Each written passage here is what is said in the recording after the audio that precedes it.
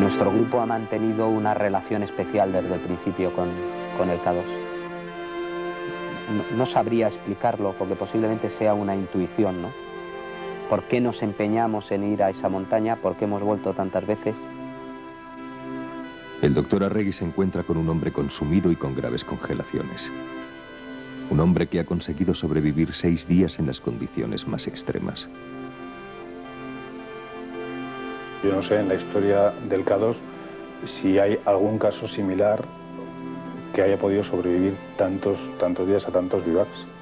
Pero a veces hay cosas que tienen difícil explicación. Es difícil explicación desde el punto de vista médico. Quizá las respuestas se escondan en nuestro pasado. ¿Por qué alimentamos durante 11 años nuestra pasión por el K2? ¿Por qué Acho no pudo regresar de esa montaña? ¿Por qué?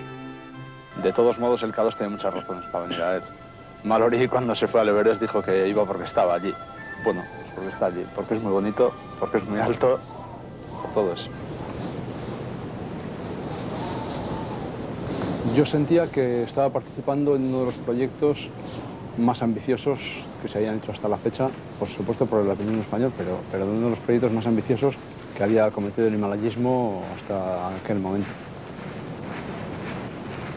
Nuestra particular historia se inició en 1983 cuando nos adentrábamos en el Karakorum, animados por una audacia teñida, quizá, de un poco de arrogancia juvenil. Nuestro objetivo era la segunda montaña más alta de la Tierra, el K2. En el año 83 éramos más jóvenes y sobre todo era mi primera gran experiencia en el Himalaya. Me pareció un proyecto fantástico, ¿no? Ahí nace un poco Al Filo. ¿Qué te crees, que yo me quejo de vicio? Sí. Al filo de lo imposible, y el equipo que lo hará posible, era en aquel año 83 poco más que una idea apenas pergeñada. En aquel momento, nuestro pensamiento rebosaba tan solo asombro.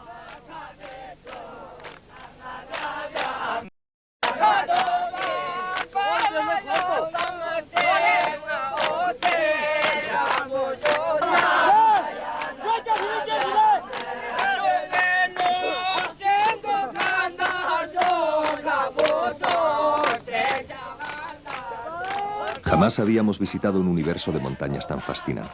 A nuestro alrededor se levantaban el Uli Biajo, las Torres del Trango, cientos de escaladas que podrían colmar nuestros sueños. Pero la silueta del Karakorum 2, del K2, ya se recortaba en la lejanía triunfando sobre el horizonte de cumbres más imponentes que existen.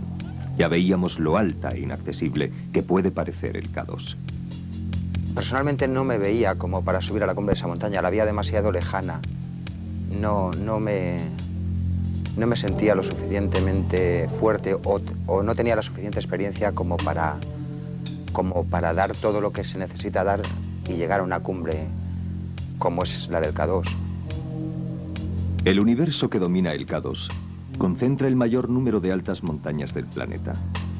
Allí se encuentran 4 cimas que superan los 8.000 metros, 10 de las 30 montañas más elevadas de la Tierra y más de 70 que sobrepasan los 7.000 metros. Al igual que todas ellas, el K2 es el portentoso resultado de la colisión de 2 placas tectónicas que hace millones de años lanzó el fondo marino por encima de las nubes. Ese cataclismo geológico gestó una pirámide perfecta de agresivos y afilados perfiles en todas sus vertientes, capaces de atraer y amedrentar por igual.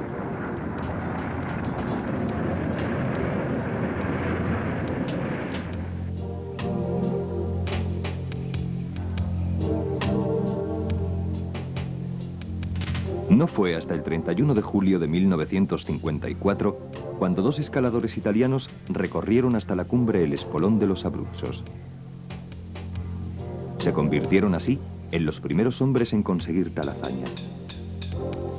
En vez de la considerada desde entonces como la ruta normal, nosotros elegimos en 1983 otra vía de ascenso, la que discurre por su pilar oeste, que solo contaba con una ascensión.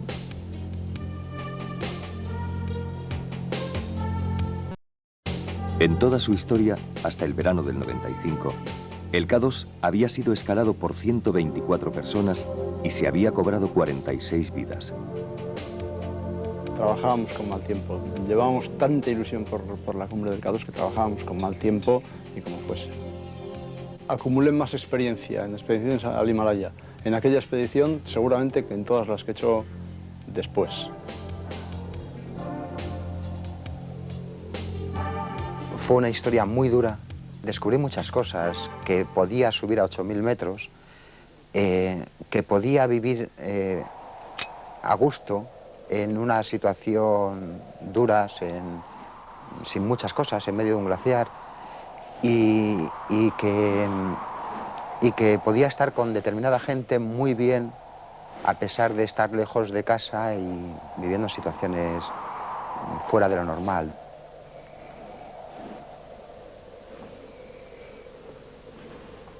El cuartelillo en el glaciar para los campamentos de altura, señoras y señores radioyentes.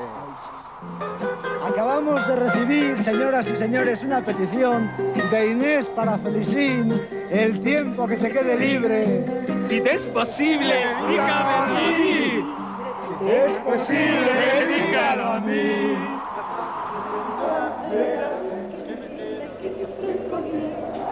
Atiende preferentemente a toda esa gente que te pide amor.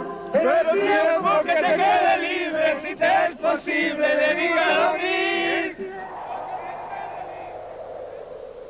Pagamos nuestra inexperiencia con un tremendo desgaste provocado por 3 meses de vivir en unas condiciones tan duras que incluso hicieron regresar a casa a varios miembros de la expedición.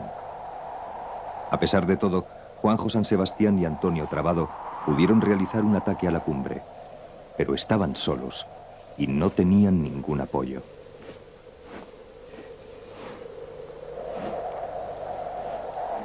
Yo creí que tenían posibilidades y empezaron por radio a transmitirnos que tenían problemas o yo creo, sobre todo notaba su inseguridad, su miedo más que a subir a la cumbre, posiblemente al...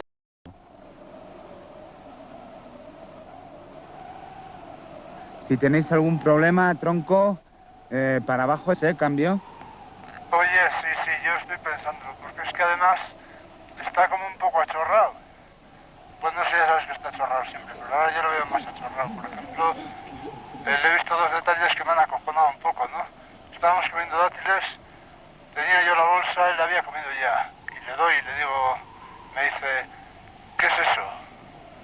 Digo, joder, dátiles, eso estoy comiendo. Y luego con el agua me preguntan lo mismo. Me preocupa un poco porque pueden ser los primeros síntomas, es que me da miedo decirlo, pero bueno, pueden ser los primeros síntomas de un edema cerebral. Míralo con tranquilidad y bájate, colega, bájate porque no hay que quedarse en ningún sitio, cambio. Yo creo que Antonio no tenía edema cerebral porque luego bajó muy bien. Sin embargo, hicimos muy bien en bajarnos porque nos hubiese costado muy caro el haber continuado hasta la cumbre. Nos quedaban 400 metros y muy pocas fuerzas, muchas menos de las que me parecía a mí en ese momento.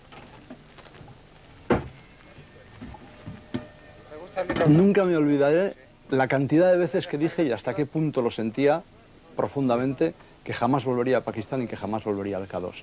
Y recuerdo que en cuanto doblamos la esquina de Concordia, en cuanto ya enfilamos por el glaciar Baltoro hacia abajo y dejé de ver el K2, desde aquel mismo momento sentí que seguramente volvería al K2 en el futuro. Volví 3 veces más. Aquella primera expedición al K2 no fue un salto al vacío.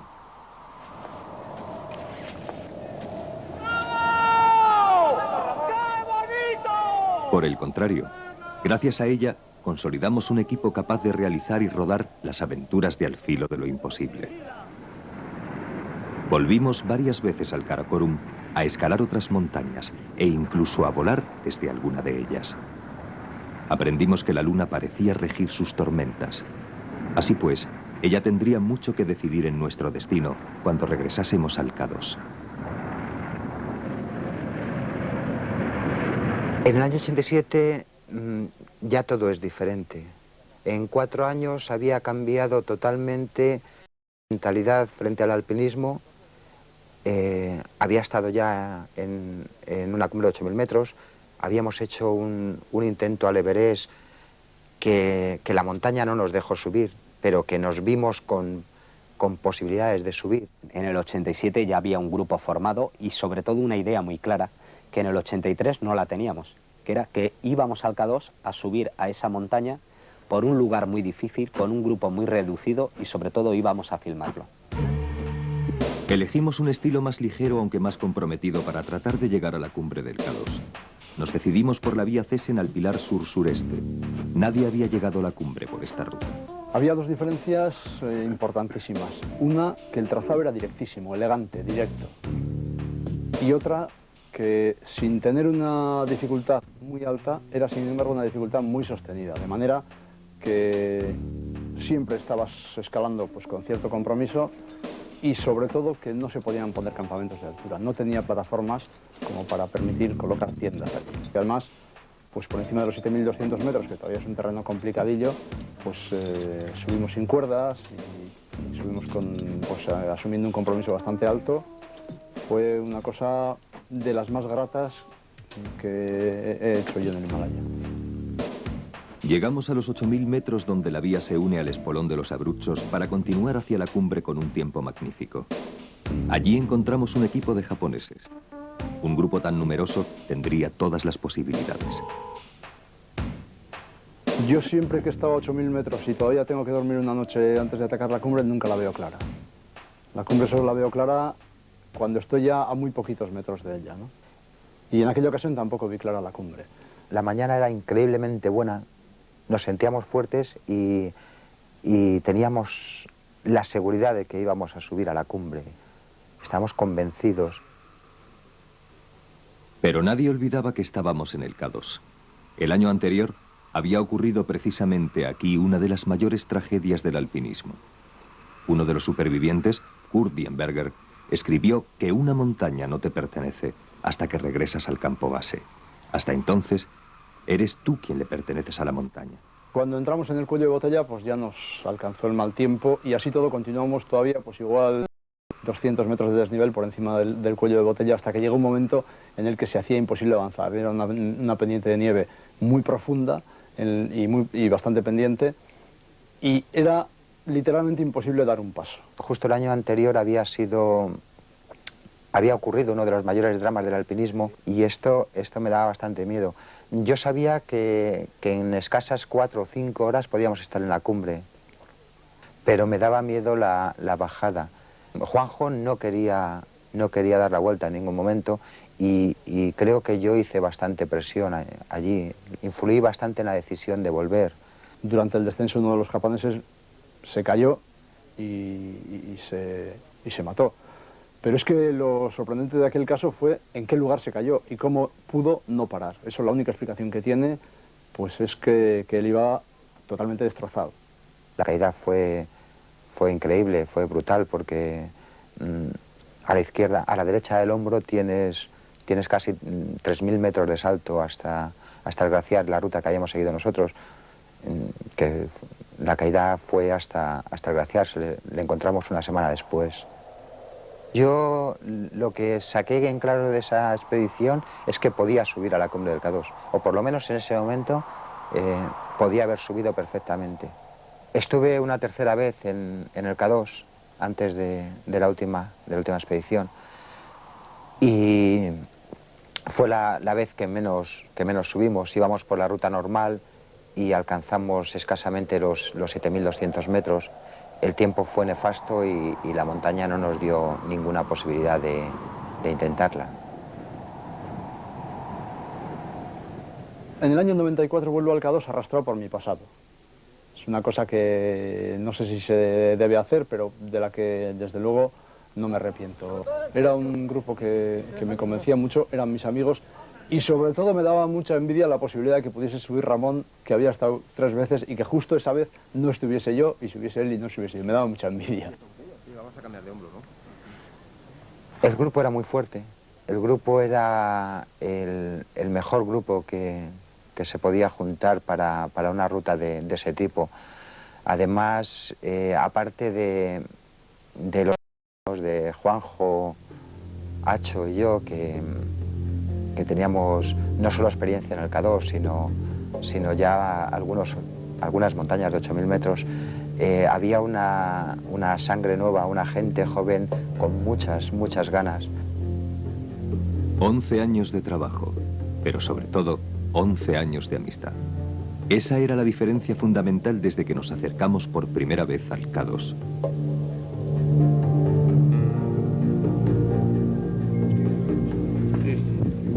Enseñándole a este que no se acercase demasiado al borde, que estaba encima de la grieta. De repente, ¡fua! Un trabajo y una amistad consolidados con muchas experiencias, algunas tan gratificantes como la escalada de las cimas del Choyu y el Shishapakma, ambas de más de 8.000 metros en apenas 19 días.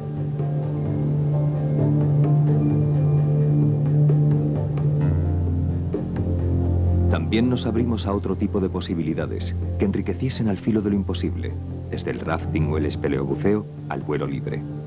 Habíamos conseguido ver el mundo desde 7 cumbres de más de 8.000 metros y desde la más alta de todas ellas, el Everest.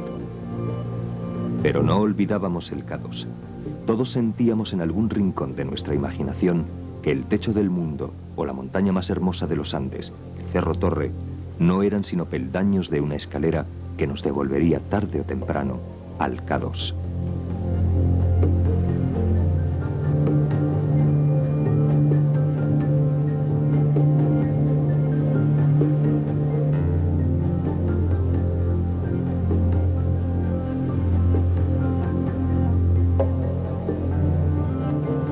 Yo nunca había ido a una montaña de 8.000 metros, ya de por sí, y considero al K2 entre las montañas de 8.000 metros como la más significativa, y su forma es un sueño, ¿no? Es la montaña perfecta. Sí, me pareció un grupo excelente, sobre todo porque eran todos amigos, y bueno, yo me hice amigo de los que no conocía, y eso es muy importante más que la parte técnica. Porque a la hora de poner el hombro para el trabajo común, que es lo más importante, es el trabajo común, eso funcionó a las mil maravillas y todo se sacrificó por los otros sin ningún tipo de problema. Junto con Sebastián de la Cruz, Juan José Ruiz e Iñaki Ochoa completaron nuestro equipo.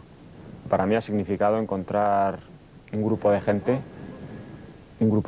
maravillosa, de verdad, y que ha trabajado duramente por un sueño, por una ilusión, como era el K2. No hay un acicate especial contra el K2. Hay justo al contrario, una especie de relación de amor casi con esa montaña. Nos obliga a volver. Y nos obliga a volver simplemente por subir a la cumbre. Pero, sobre todo, subir a la cumbre y filmarlo. Es una especie de reto que tiene pendiente todo el equipo. Confiamos en nuestro grupo, confiamos en nuestras posibilidades, en nuestra experiencia. Nos recorre un viento de optimismo que nos lleva casi en volandas hacia un encuentro con el K2 que todos queremos y soñamos con que sea el definitivo. Esta vez era una vertiente diferente y además de ser una vertiente diferente tenía una aproximación absolutamente distinta de lo que es la aproximación por la vertiente sur, por el glaciar del Blantor. Había camellos, que es un bicho que me ha caído también siempre muy bien, y todo eso pues era un acicate para volver de expedición.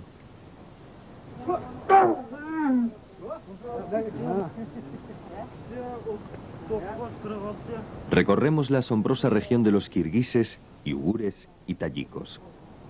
Nuestra caravana de camellos, no muy distinta de la que hace siglos guió a Marco Polo no muy lejos de estas tierras hacia el Gran Khan, nos lleva hasta el paso del Ágil a 4.800 metros.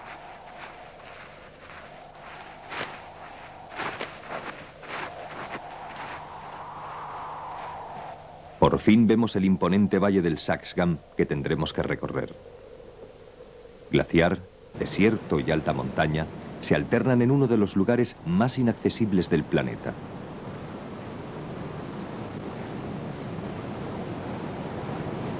El fondo del valle está anegado por una red de brazos del río Saxgam cuyo caudal puede cambiar en horas dependiendo de si está nublado o brilla el sol. No nos queda más remedio que cruzarlo. Recuerdo que en los primeros ríos pasé bastante miedo, pero ya los 2 primeros días no sé cuántos ríos cruzamos, era el mismo, pero no sé cuántas veces lo cruzamos. Entonces, después de haberlo cruzado varias veces y ves que no pasa nada, pues luego te vas tranquilizando. Luego ya cuando estás muy tranquilo resulta que descubres que el camello le tira a Ramón y dices, uy, menos mal que ha sido Ramón. Después de 7 días de marcha por esta región tan desconocida y mucho menos visitada que la vertiente sur, la gran montaña se recorta contra el cielo. Ninguna visión de una montaña me ha impresionado tan hondamente, escribió Shipton tras contemplar el K2. Ahora le comprendemos en toda su profundidad. Llegamos con los camellos más adelante, unas horas más adelante de donde se pone el campamento base chino. A partir de allí empezamos a trabajar inmediatamente. El mismo día que nos dejaron los camellos en el último punto, ordenamos todas las cargas para empezar a trabajar al día siguiente sin descanso. Iniciamos los porteos inmediatamente para instalar el verdadero campo base bastante más arriba. Este duro trabajo mejorará nuestra aclimatación. Conforme nos acercamos más a la montaña, se acrecienta la sensación de que estamos iniciando la escalada definitiva. Ahora, creemos que el pilar norte del K2 va a ser un camino con un final deseado durante 11 años. La cumbre de la montaña de las montañas.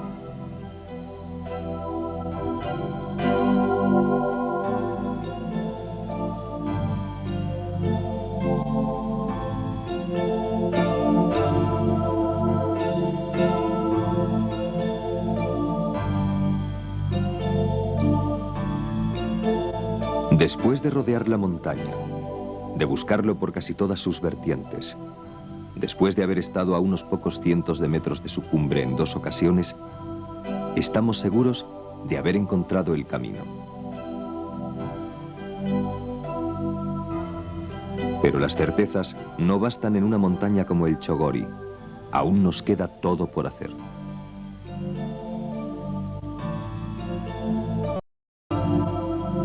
Dividimos en 2 grupos prácticamente. El primer grupo, bueno, primero, por decirlo de alguna manera, íbamos José Carlos Tamayo, Sebastián de la Cruz y yo, y el otro grupo lo formaban Juanjo San Sebastián, Ramón Portilla y Acho Apellaniz. Y bueno, pues como ya se sabe un poco, se trata de trabajar, de no dejar nunca la montaña sola, de trabajar alternándose, 3-4 días trabajando en montaña, mientras el otro grupo descansa en el campo base y viceversa, ¿no?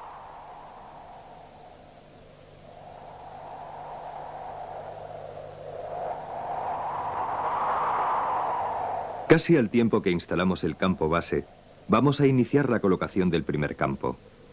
Más que un campo de altura, será en realidad una especie de almacén excavado en una rimalla para protegerlo de las avalanchas. Estos primeros días, el trabajo avanza con rapidez. En el grupo nuestro nos tomamos la vida con más tranquilidad.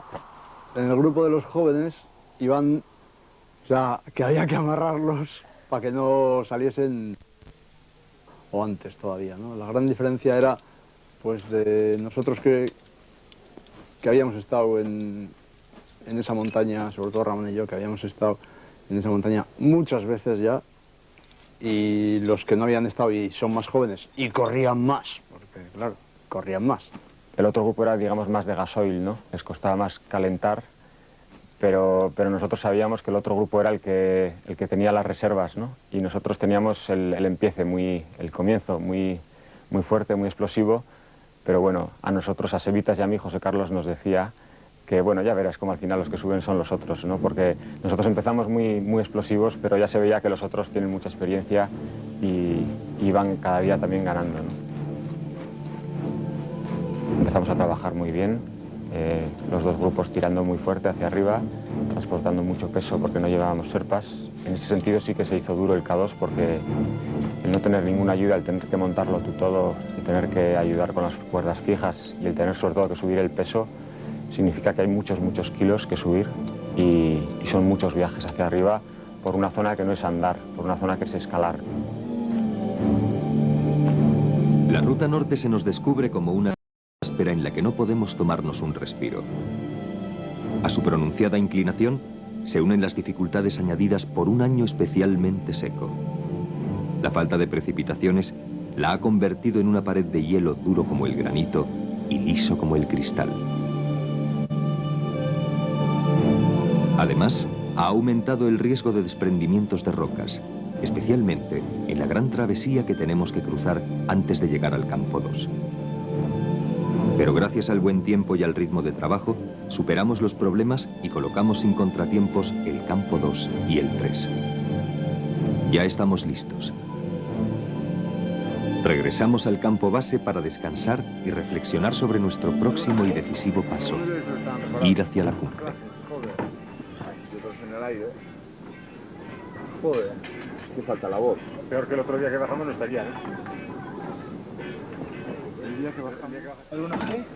Algunos de estos estaban reparados.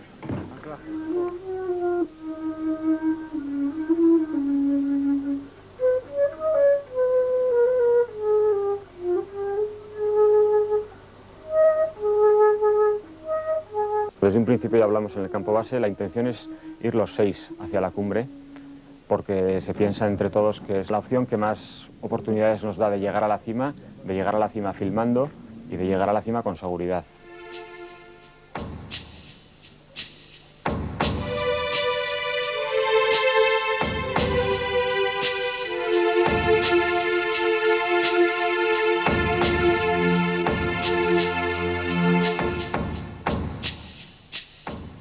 El 18 de julio estamos en el campo 2 durmiendo. El tiempo es un poquito inseguro, ha cambiado. Ha estado haciendo bastante bueno para lo que es el K2, pero este día ha cambiado. Entonces, José Carlos y Sebastián de la Cruz salen del campo 2 hacia arriba con idea de intentar hasta la cima. Y los demás tardamos en decidirnos un poquito más porque veíamos el tiempo inseguro. Pero un poco más tarde, una hora después, hora y media después, arrancamos también para arriba pensando que tampoco nos va a dar muchas oportunidades el K2 y que hay que estar arriba si quieres aprovecharlas, ¿no? Era una escalada, digamos, técnica, había roca, había nieve. Las cuerdas fijas que utilizábamos no eran las que habíamos puesto nosotros, sino eran las que habíamos podido apañar de otras expediciones. Y no era una zona en la que subías un poco fiándote tú, ¿no? Pero en un momento dado vi que las huellas de José Carlos y Sevitas se iban hacia la izquierda, hacia un lado más fácil, en teoría, con menos nieve. Esa noche había nevado un poquitín, entonces me fui hacia allí. Había una cuerda fija vieja. Era una zona, digamos, rocosa, fácil, pero de no perder la atención, ¿no? Era como un muro de unos 60, 70 metros. Y bueno, pues le metí el Yumar para ir ascendiendo por la cuerda fija. Y al llegar arriba, pues en uno de esos descansos que haces colgado de la cuerda, prácticamente en la cima del muro este, me saltó la cuerda fija. Bueno, el caso es que caí por todo el muro, digamos, rebotando pues unas 5 veces en 80 metros. La primera impresión es te vas para atrás y te caes, ¿no? Y dices, bueno, me voy a matar. Y la siguiente es ya después del primer rebote, el primer golpe fuerte se lo llevo a la mochila y después de este golpe fuerte dijo, bueno, a la siguiente golpe, ya que no ha sido este, a la siguiente lo voy a ver todo negro, ¿no? Ese fue el recuerdo que tengo de lo que pensaba mientras caía, ¿no? La verdad es que la sensación es de sorpresa pura, ¿no? Me sorprendió el estar vivo, me tocaba la cabeza, veía que sangraba por la nariz y que, bueno, me dolía la espalda, me dolía el brazo, no podía respirar porque tenía las costillas rotas, pero la sensación de estar vivo, de decir, bueno, pero si estoy bien, si puedo incluso moverme, ¿no? Bueno, tenía la cara ensangrentada, desencajada, se le veía que se movía con mucha dificultad. Lo último que me puedo esperar de una persona así es que diga, fílmame, para que quede constancia de esto y tal. Dices, pues ya te filmo, pero la verdad que me dejas. Lo lleva con bastante entereza, pero vamos, yo creo que tiene una avería. La bajada fue mucho menos penosa que si Iñaki no hubiese sido Iñaki, no hubiese sido Navarro. Ya, con las 3 costillas rotas y el brazo roto, fue realmente admirable cómo aguantó el tipo hasta el mismo campamento base. Y ellos, claro, iban con la motivación de la cima. Se les borra al instante. Yo no vi ni una sombra de duda ni un instante de que tenían que bajarme de allí y enseguida, ¿no? Y le tocó a Acho pues el estar conmigo, el ir ayudándome. Incluso, bueno, al final yo ya bajaba sin fuerzas, con muchos dolores, porque los primeros momentos aún estás un poco anestesiado y no notas tanto, pero cuando ya pasan 8 horas y seguimos bajando, porque yo iba muy lento, pues es la ayuda psicológica lo que te va manteniendo, ¿no? Y la de Acho en este caso fue básica. Me iba todo el rato consolando, me iba animando, me ayudaba, bromeaba incluso, y esto es algo que no se paga.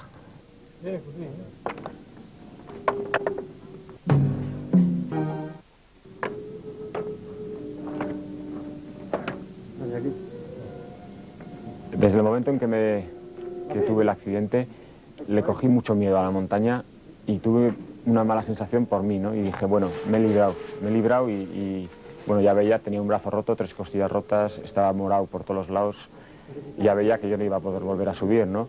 Pero la sensación no fue de odio hacia la montaña ni de rencor, sino de decir, bueno, me ha dejado escaparme, ¿no? Y yo lo que sí tenía claro es que cuantas menos personas participen en el ataque a la cumbre, más están arriesgando esas personas, si son 2 que si son 6. O sea, todo se te echaba muy encima, ¿no? De todos modos, estaba muy claro que José Carlos y Sebas estaban muy fuertes. También estaba muy claro que para mí el que subiesen otros a la cumbre, pues no era subir yo quería subir. El accidente de Iñaki nos obliga a replantear radicalmente toda nuestra estrategia para llegar a la cumbre.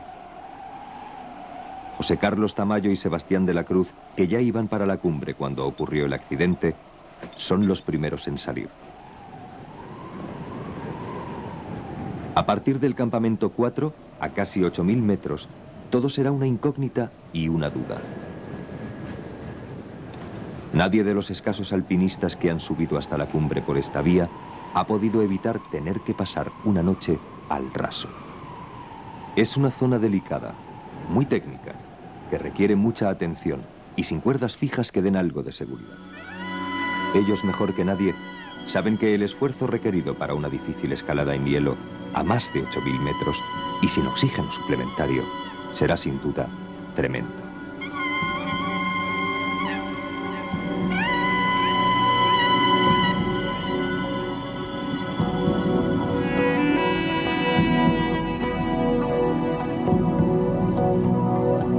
La parte de arriba del K2 por esta ruta es técnicamente difícil, es escalada 55, 60 grados o más en hielo y se movía muy bien por este terreno.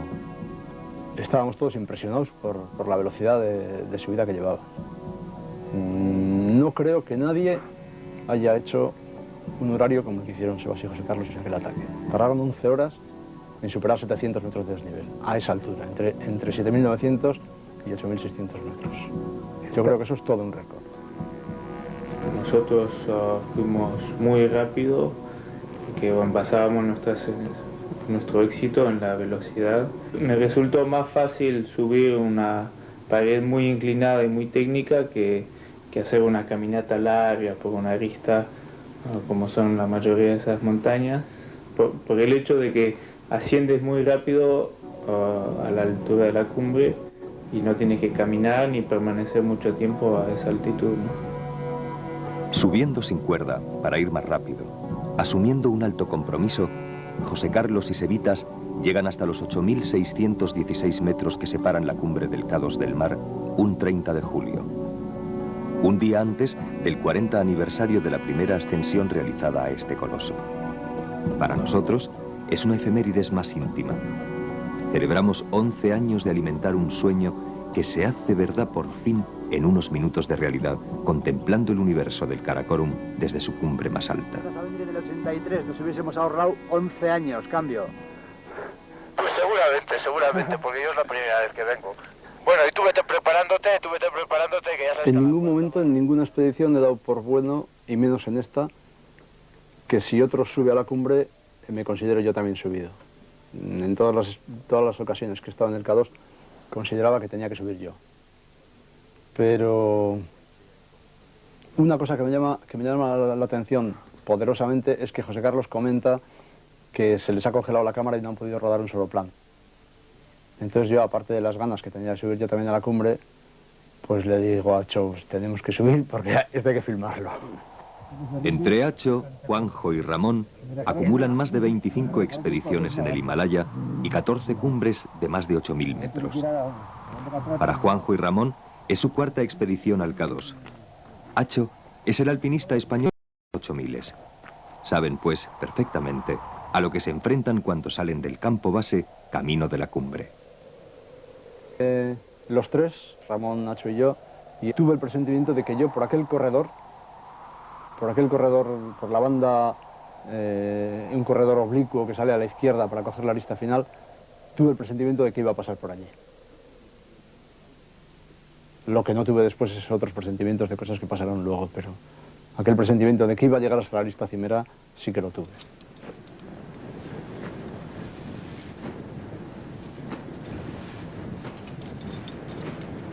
Cuando nos cruzamos con ellos iban muy motivados, muy entusiasmados y bueno, vimos que tenían todas las oportunidades para triunfar. José Carlos y Sebas ya están en el campo base, ya están a salvo. Solo ahora pueden considerar que el K2 es suyo. Llevan en el rostro el esfuerzo que les ha exigido esta montaña para llegar a su cumbre. Sin embargo, para sus compañeros empieza una dura lucha. En el campo 3, por la noche, yo vomité todo lo que había bebido, entonces al amanecer les comenté que si por lo menos el desayuno no conseguía beber agua, que si lo vomitaba me daba la vuelta. Es lo que ocurrió, vomité todo el agua que tomé. Entonces pensé que quedándome 2 días todavía hasta la cumbre, subir al campo 4 y hacer cumbre y el regreso, que era arriesgar mucho el ir en este estado. Solos, Juanjo y Acho continúan escalando hacia el campo 4. Avanzan con la fuerza y la convicción de una primera oportunidad, aunque para Juanjo sea la 4ª vez que busca esta cumbre y ambos conozcan muy bien que cualquier cosa puede ocurrir más allá de la frontera de los 8000 metros.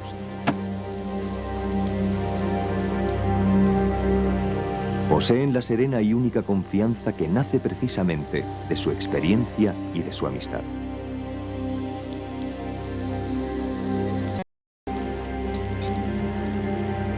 Es una escalada dura y exigente, al límite, donde siempre hay que estar vigilante, donde no hay un minuto de descanso. Una de las grandes escaladas de los Himalayas.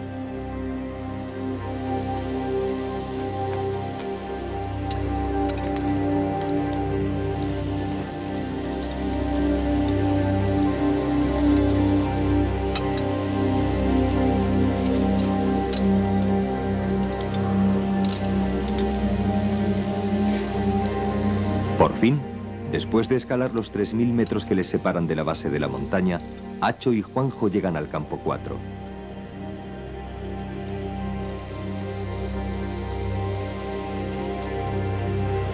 A pesar del esfuerzo tan agotador, están contentos. El esbelto espolón norte del K2 está a sus pies. Sin hablarlo siquiera, ambos sienten que este momento tiene para los dos un sabor muy especial. Por encima de sus cabezas, casi 700 metros de incógnitas y dificultades les separan de la cumbre. Saben que superar esos cientos de metros puede llevarles más de un día de escalada. Hubo un comentario antes del ataque nuestro a la cumbre, un comentario de Ramón, que me cambió la visión totalmente, me cambió la visión que yo tenía hasta ese momento. Ramón, no sé exactamente la frase que dijo, pero vino a decir que en una montaña como el K2 no puedes ir pensando en no bivaquear. Si tardas lo suficiente como para tener que bivaquear a la bajada, pues tienes que afrontar un bivac en esas condiciones. Entonces eso me cambió totalmente mi disposición hacia el K2. Dije, bueno, vamos a por todas.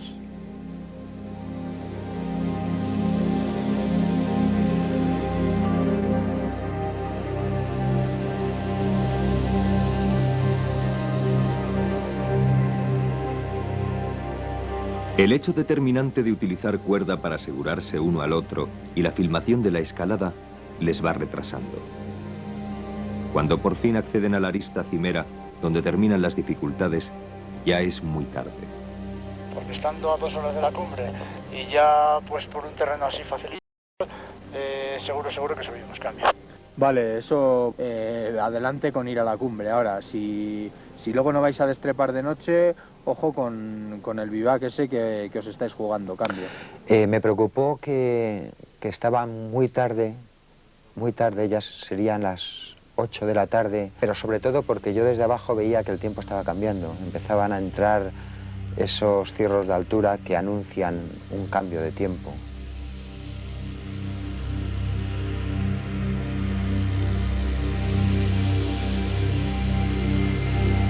Cuando llegamos a la cima me sorprendió porque era una cima más bonita de lo que ya me lo había imaginado.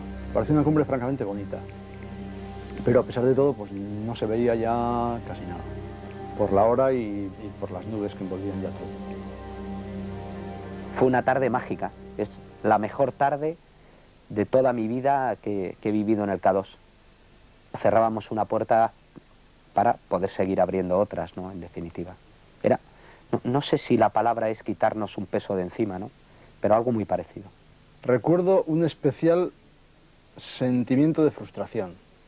No pude hacer las dos cosas que quería hacer en la cima del K2. Filmar un plano y ver la vertiente pakistaní y todo el Karakorum desde la cima del K2. O sea, no hubo ningún momento ni a la emoción, ni a la broma, ni a nada.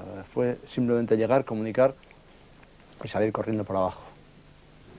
Descendiendo de la cumbre, se les hace de noche mientras la nieve empieza a caer y la niebla les envuelve. Al final, no podrán encontrar las huellas que les indiquen el camino de regreso. No nos quedó más remedio que quedarnos allí porque no sabíamos ya, llegó el momento que no sabíamos hacia dónde íbamos. Fue una noche para estar a 8.400 metros, un poco por encima de 8.400 metros, fue una noche bastante tranquila. Dormimos mal porque estábamos, bueno, apenas dormimos, pero descansamos mal porque estábamos medio mal sentados, pero fue una noche, la verdad, que muy tranquila.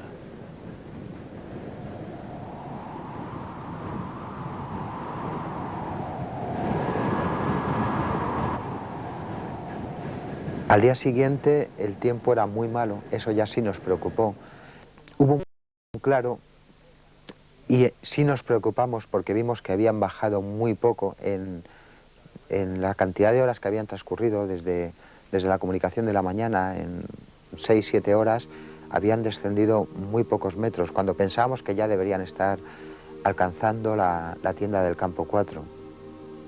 El descenso comienza a convertirse en una pesadilla cuando una avalancha de nieve fresca arrastra a Juanjo.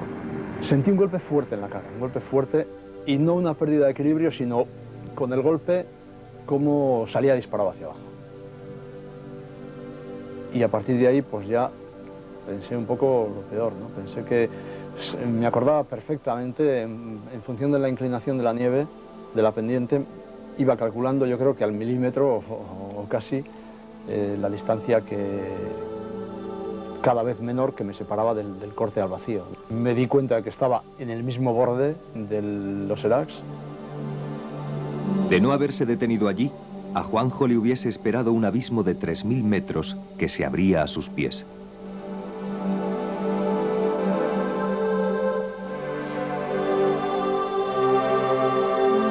Había perdido la frontal, las gafas, la cámara de filmar, los 2 carretes que había filmado, mi cámara de fotos y los 2 piolets. Cuando se recupera, Juanjo inicia la subida hacia el campo 4. Pero ninguno de los dos consigue llegar a la seguridad de la tienda. No me atreví a salir, dije, prefiero pasar la noche aquí que arriesgarme a matarme, aunque estaba a 10 minutos escasos de la tienda. Juanjo pasará una noche terrible entre el frío, el sopor y las alucinaciones provocadas por el agotamiento y la hipoxia. Me sorprendía a mí mismo la fuerza de las cosas que yo veía, las veía. O sea, no es como cuando echas un sueñecito corto, que has soñado algo, te despiertas y te has dado cuenta que estás soñando. No, era una visión muy real.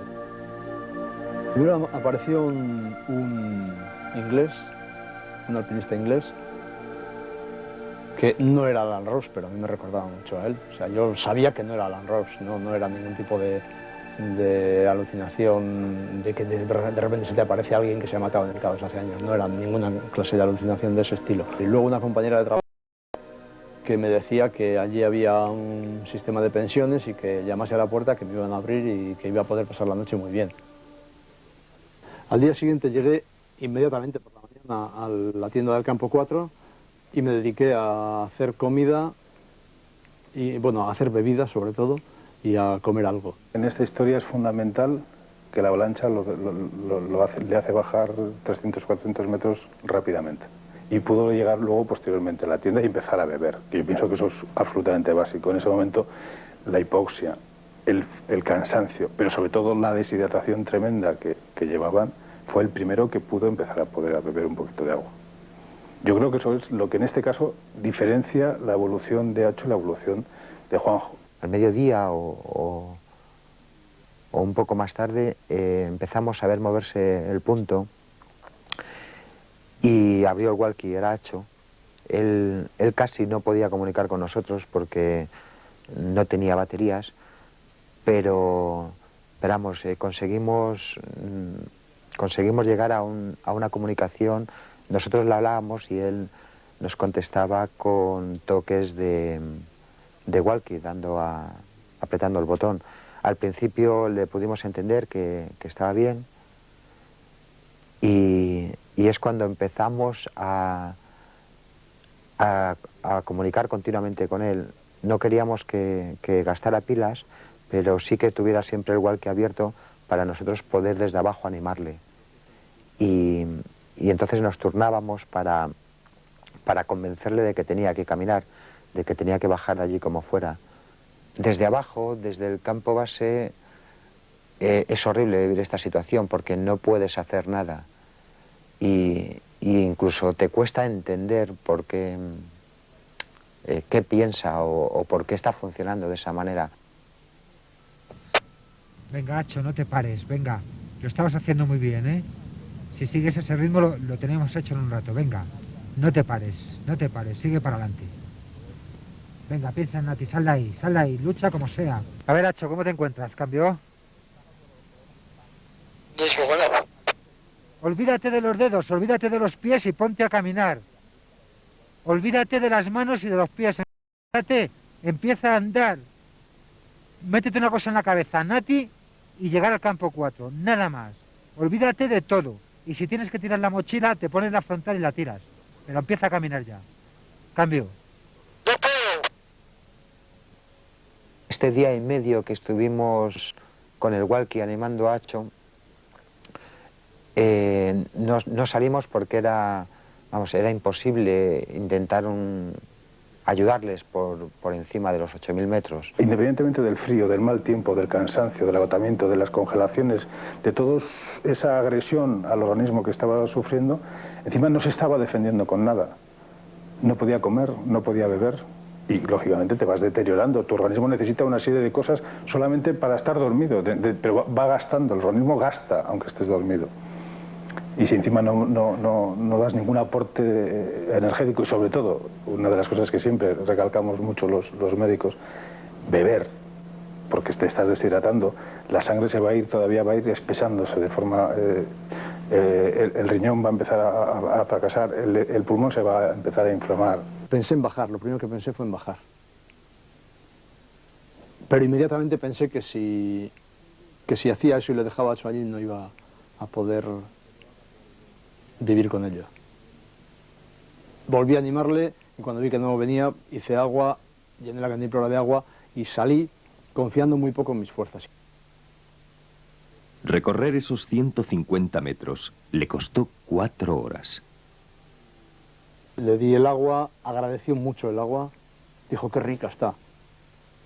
Y conseguí que llegase hasta el punto más alto de la subida, hasta el punto más alto, y ya le dejé allí. Dije, bueno, voy a la tienda, voy a hacer más agua y te espero en la tienda.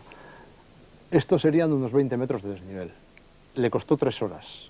Cuando por primera vez le vi aparecer que ya bajaba hacia la tienda, me puse a llorar de contento. O sea, ya veía que estaba salvado. Yo ya sabía que había que subir a ayudarles como fuera. Salimos muy temprano, llegamos ese día al campo 2 Recién pudieron salir a las 7 de la tarde del campo 4 hacia el campo 3, con lo cual nos dio a entender el grave estado que estaban, porque ya no funcionaba, ¿no?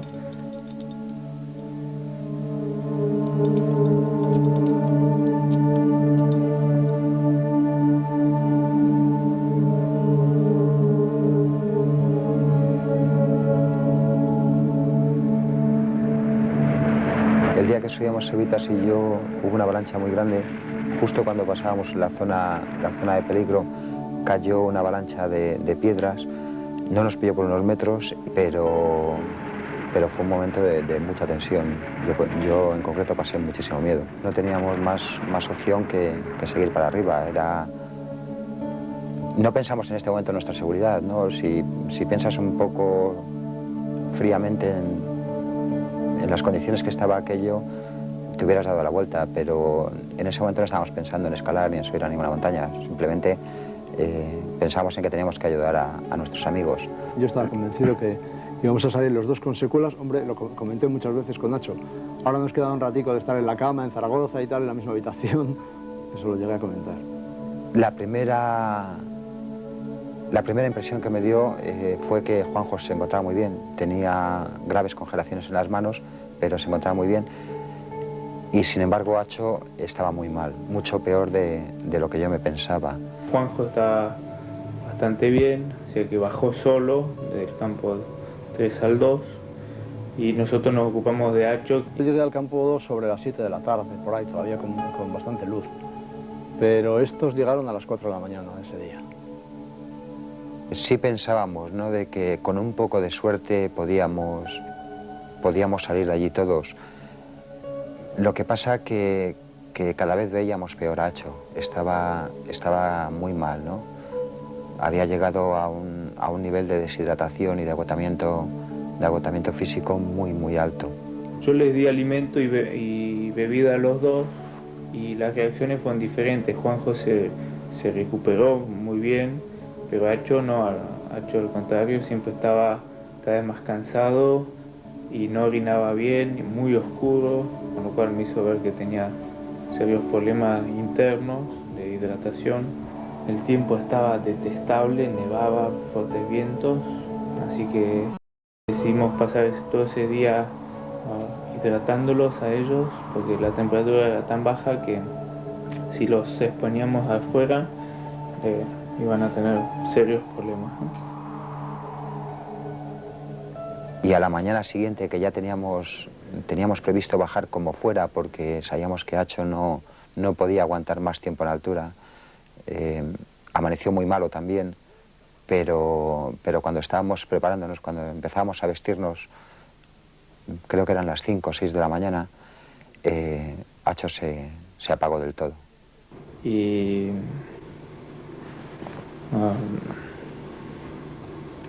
bueno, ahí falleció Acho. Estábamos charlando y dejó así de funcionar. Y bueno, ahí intentamos resucitarlo con boca a boca y masajes cardíacos. No dio resultado y bueno, nos tuvimos que dar por vencidos, ¿no? Entonces dijimos, bueno, venga, vamos para abajo. Y fue en ese momento cuando Acho, ¿qué pasa? Venga, levántate. Pues se había apagado como un pajarito.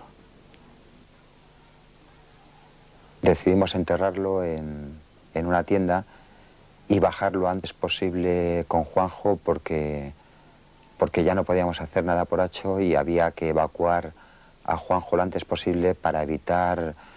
Ya sabíamos que no corría peligro, su vida no corría peligro, pero queríamos evitar en el mayor grado posible las amputaciones. Después ya una vez que sales de todo aquel fregado, de todo aquel infierno, llegas al campo base y empiezas a notar su falta y las veces que le vas a echar en falta después, ahí sí que fue a ese nivel lo más duro.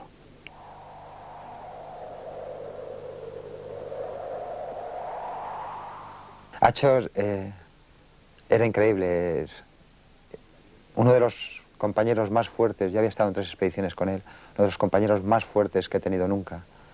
Su constitución física era increíble para escalar montañas, nunca tenía dolores de cabeza, pero sobre todo Acho era la alegría, la ilusión.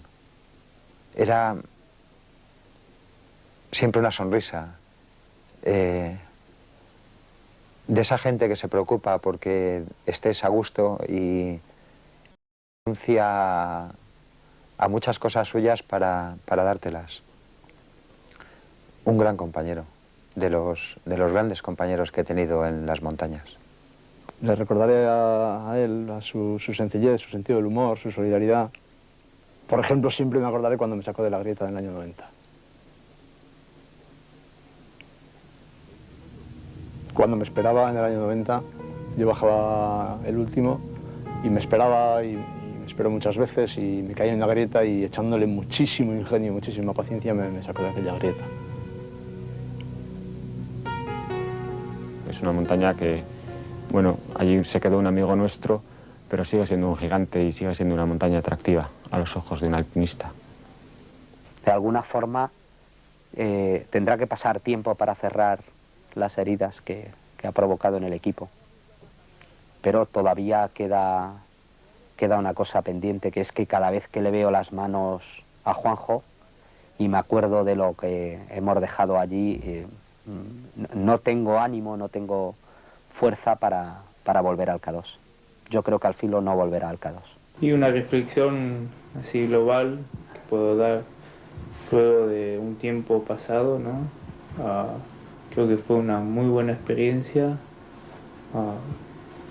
que por supuesto con este tipo de cosas tiene sus riesgos, hay que asumirlos, que te vaya bien o te vaya mal. Fue una muy linda experiencia, sobre todo a nivel alpinístico y humano. La parte técnica hemos, en un estilo liviano, de expedición ligera, usando el planteamiento clásico de usar cuerdas fijas y todo eso, nos pudimos hacer por una de las paredes más complicadas del K2, que es una montaña muy complicada. Y bueno, eso, el haber tenido éxito en este desafío que nos habíamos puesto nos da fuerzas para la vida. A priori yo creo que no hay nada que merezca la pena de la vida de nadie, y mucho menos la vida de un amigo.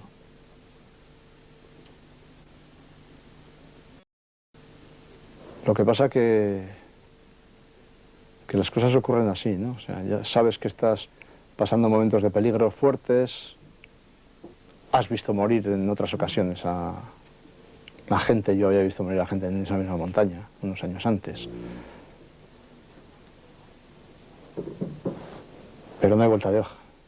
Tampoco tienen vuelta de hoja los dedos. De todos modos, los dedos es lo que menos me importa en este momento, después de todo lo que ha pasado, ¿no? Lo que sí recuerdo es que en el K2 en el 83, cuando vi por primera vez el K2, me emocioné. O sea, me parecía una cosa maravillosa, una montaña querida, bonita. Y ahora el recuerdo que tengo del K2 es una montaña a la que no quiero nada. O sea, es una montaña que siempre nos ha tratado fatal y que encima se ha llevado a un amigo, ¿no? Cuando volvía del K2 de este intento estaba seguro de que en mi vida iba a plantearme la posibilidad de volver a esa montaña, sobre todo después de 4 intentos y de lo que había pasado en este. Con el tiempo, creo que sí. El K2 no es malo ni bueno, es una montaña. Y no sé, es una montaña muy, muy especial. Hemos realizado nuestro sueño en el K2 y hemos dado todo lo demás a cambio.